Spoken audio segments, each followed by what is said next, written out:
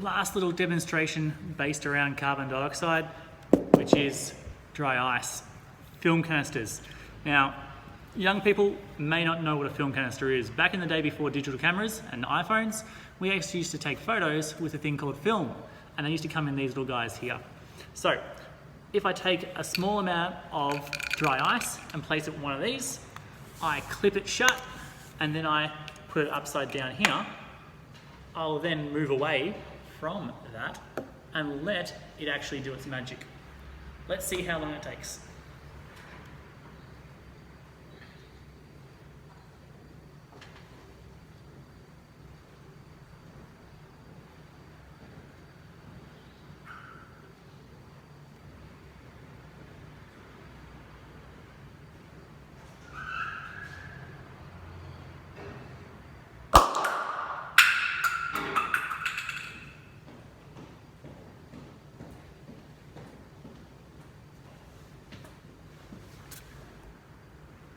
Bang.